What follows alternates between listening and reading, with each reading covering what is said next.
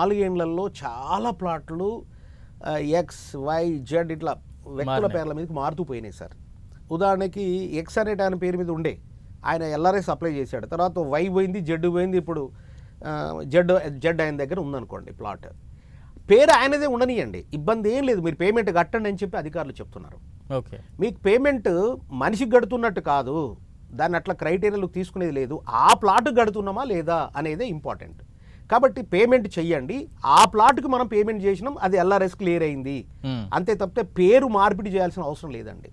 ఇప్పుడు రీసెంట్గా చిన్న మార్పులు, ఇప్పుడు మనము సంబంధిత ఆఫీస్కి వెళ్తే మన ఫైల్ ఏ పరిధిలోకి వస్తుందో వాళ్ళ దగ్గరికి వెళ్తే మనం ఎంటర్ అప్లికేషన్ పెట్టినప్పుడు సర్వే నెంబర్ తప్పు కొట్టో, ఎక్స్టెంట్ తప్పు కొట్టో, ఇంకేదన్నా ఇతరత్ర అంశాలు ఏదన్నా తప్పుగా ఎంటర్ చేసి ఉంటే కూడా వాళ్ళు ఇప్పుడు కరెక్షన్ చేస్తున్నారు.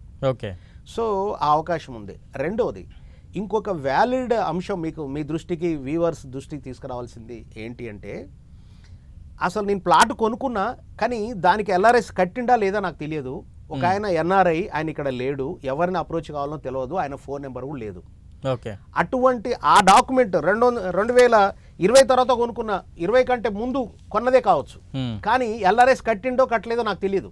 కట్టుంటే హ్యాపీ, నేను యాక్సెస్ అవ్వచ్చు. కట్టకపోతే ఏం చేయాలి అంటే, ఇప్పుడు లేటెస్ట్ ఒక 4 రోజులు అయింది, ఒక ఆప్షన్ ఇచ్చింది డిపార్ట్మెంట్.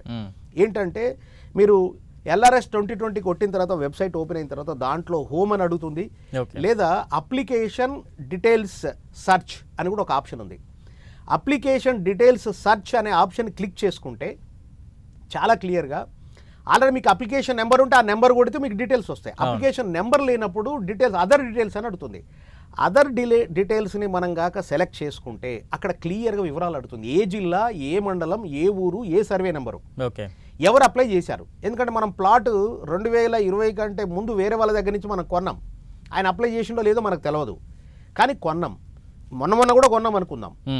ఆయన పేరు క్లియర్గా, ఆయన డాక్యుమెంట్లో ఏముందో అది క్లియర్గా మనం ఎంటర్ చేయాలి. అందులో సర్వే నెంబరు, ఈ డీటెయిల్స్ అన్నీ కూడా ఎంటర్ చేసి కింద క్లిక్ చేస్తే అది అప్లై చేయబడ్డదా లేదా కూడా మనకు తెలుస్తుంది. మనం ఏదో డిపార్ట్మెంట్ పోవాల్సిన అవసరం లేదండి. ఓకే, నన్ను చాలామంది ఈ మధ్య అడిగారు, నేను నిన్న ఈవినింగ్ నేను అబ్జర్వ్ చేశాను, ఇది 4 days నుంచి ఈ ఆప్షన్ అందుబాటులోకి వచ్చింది.